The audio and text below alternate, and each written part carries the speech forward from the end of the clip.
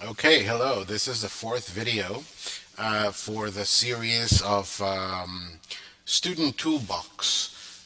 These videos are intended to help you out next year when you bring your own computer to school, giving you tips on how to get the most out of it. Okay, so today we're going to take a look at Word. Uh, you already know how to use Word, so I'm not going to spend time on the basics. What I do want to show you is I want to give you some tips, a couple of tips, and show you the managing of references for citations. In the IB, you are required to research a lot.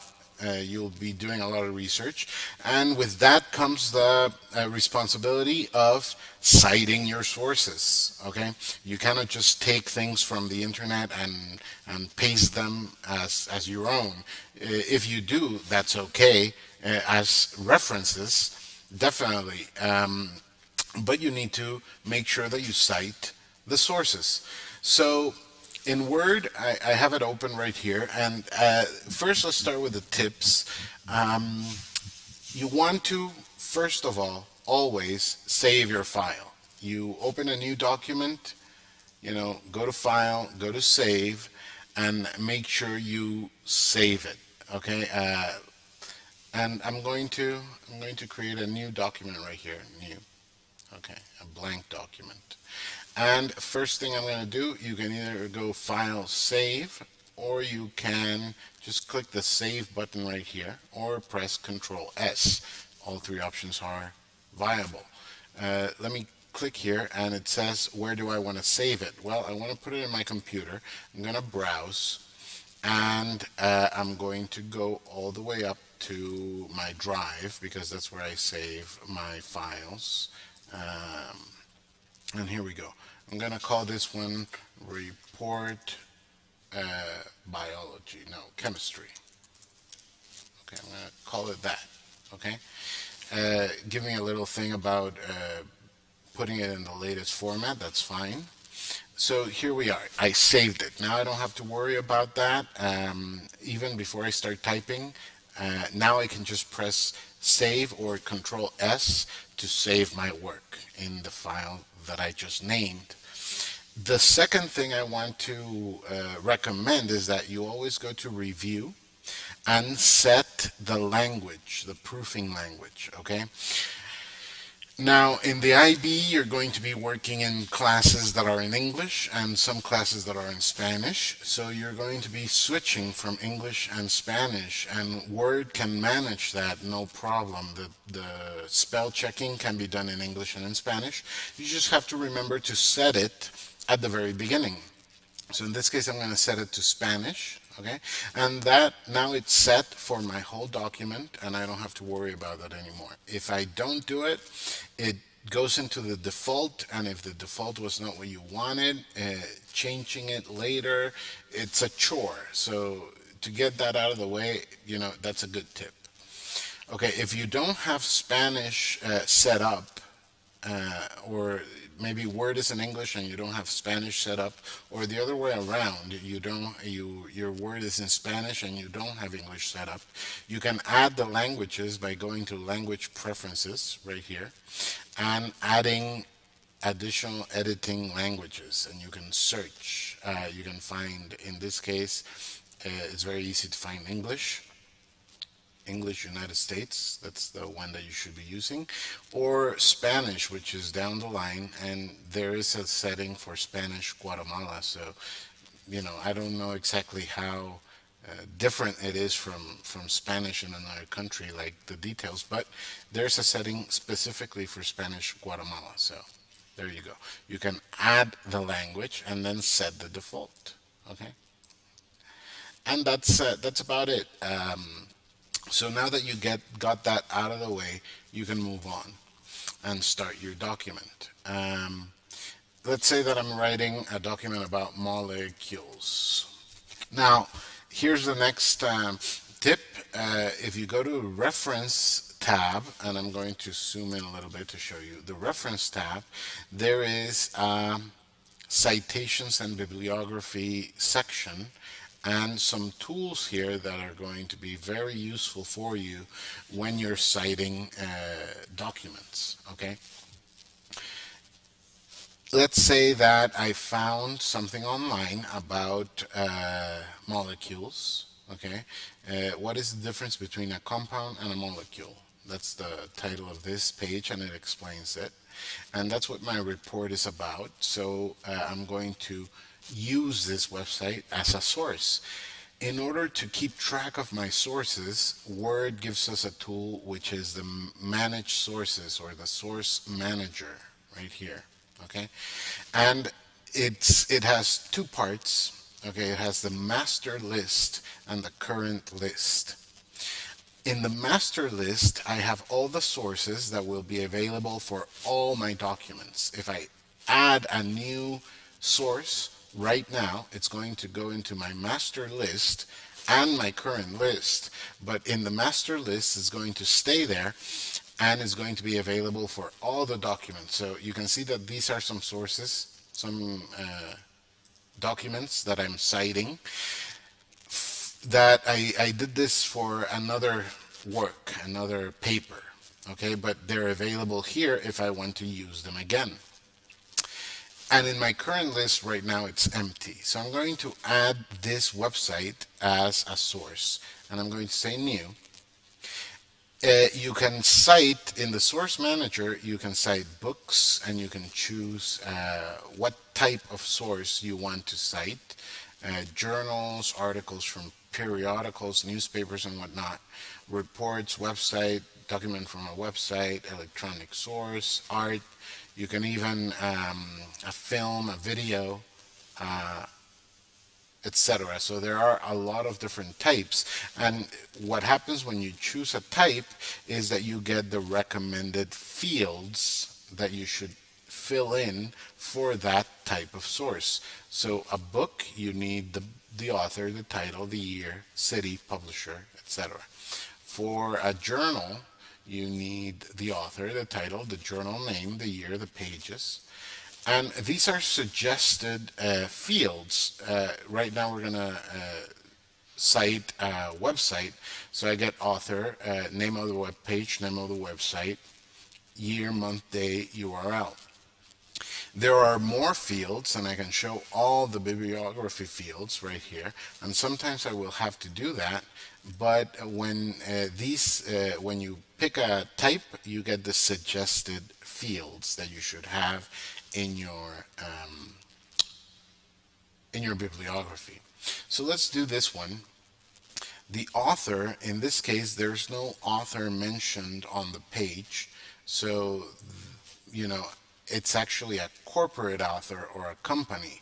The information about who this entity is usually found if we go to the home page. There's usually an about page, and in the about page you get usually the name of the institution, and right here it says Thomas Jefferson National Accelerator Facility, the Jefferson Lab. That is the entity. So I'm going to copy that and put it in my corporate author. Oh, there you go. Thomas Jefferson National Accelerator Facility. Let me go back to my article. The name of the web page is right here in the tab, questions and answers. What is the difference between a compound and a molecule? You're going to always, in a website, you're always going to find the title is in the tab, okay? Many times it's not presented on the page, but it's always here in the tab, okay? The information though is there. If I copy paste the name of the page, questions, question and answers, and I'm going to then put the second part of the title. What is the difference between compound and molecule? The website is Jefferson Lab. That's in the heading, so in the logo there. So I'm going to just type Jefferson Lab. The year, the month, and the day. I don't have a year, month, or day of publication in this website. And many websites are not going to have that. So instead, I'm going to show all the bibliography fields.